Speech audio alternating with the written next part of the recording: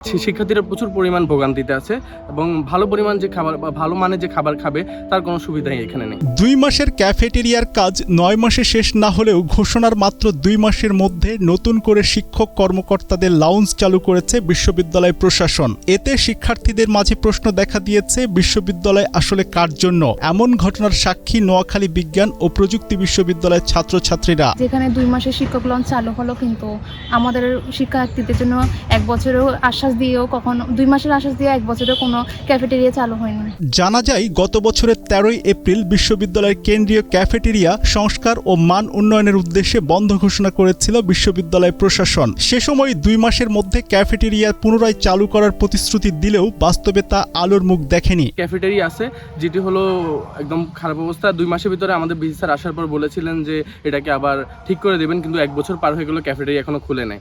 আমাদের যে হল আছে, 2টি হলের ভিতরে একটি হলের ডাইনিং আপাতত অফ। সুতরাং শিক্ষার্থীরা প্রচুর পরিমাণ ভোগান্তিতে আছে এবং ভালো পরিমাণ যে খাবার বা ভালো মানের যে খাবার খাবে তার কোনো সুবিধাই এখানে নেই। নোয়াখালী বিজ্ঞান ও প্রযুক্তি বিশ্ববিদ্যালয় আমাদের একটি সুনামধন্য বর্তমান বাংলাদেশের বিশ্ববিদ্যালয়ের মধ্যে র্যাঙ্কিং, পড়াশোনা, এমনকি সব কিছুর দিক থেকে আমরা উন্নয়ন করতেছি। কিন্তু আমাদের সবচেয়ে দুর্ভাগ্য বা কষ্টের যে একটা বিষয়, আমাদের ক্যাফেটেরিয়ার যে ব্যবস্থা তা নেই।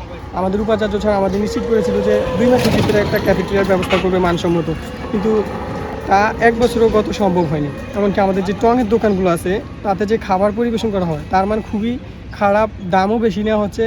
সেখানে যে পানিগুলো তা আমাদের সম্পূর্ণই স্বাস্থ্যসম্মত না।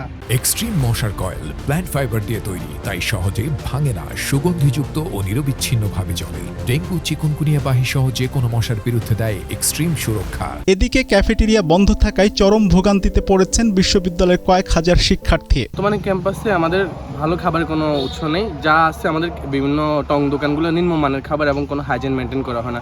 পড়াশোনা তেমন কোনো মনিটরিংয়ের ব্যবস্থা নেই। টেন্ডার অনুযায়ী ক্যাফেটেরিয়া সংস্কার কাজ শুরু হয় 2025 সালের আগস্টে। কাজ শেষ করার সময়সীমা বেঁধে দেওয়া হয়েছিল সেই বছরের অক্টোবর মাসে, কিন্তু নির্ধারিত সময়ের মধ্যে কাজ শেষ করতে না পারায় পরবর্তীতে ঠিকাদার সেই বছরের ডিসেম্বর পর্যন্ত সময় বর্ধিত করে। ওটা বুঝে দেওয়া হয়েছে, তো ওনাদেরকে তো এটা বুঝে দিয়ে দিছে ওই দিনে।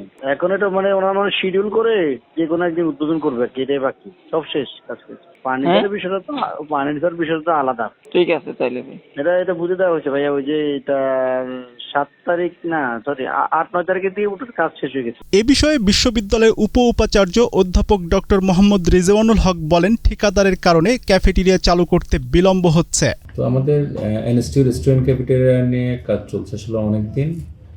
সেটা আসলে প্রথমবার একবার টেন্ডার হয়েছিল, সেখানে এলিজিবল কেউ ছিল না, সেটা আবার প্রসেস করে আবার রিটেন্ডার করতে হয়েছে।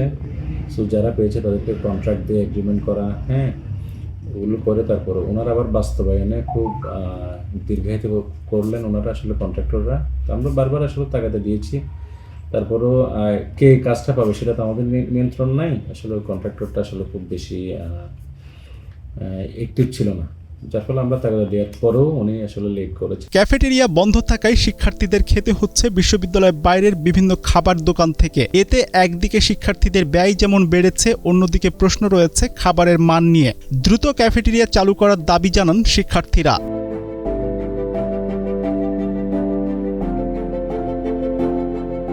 সাদমান রাকিনের পাঠানো তথ্য ও ভিডিও চিত্রে ডেস্ক রিপোর্ট, কালের কণ্ঠ।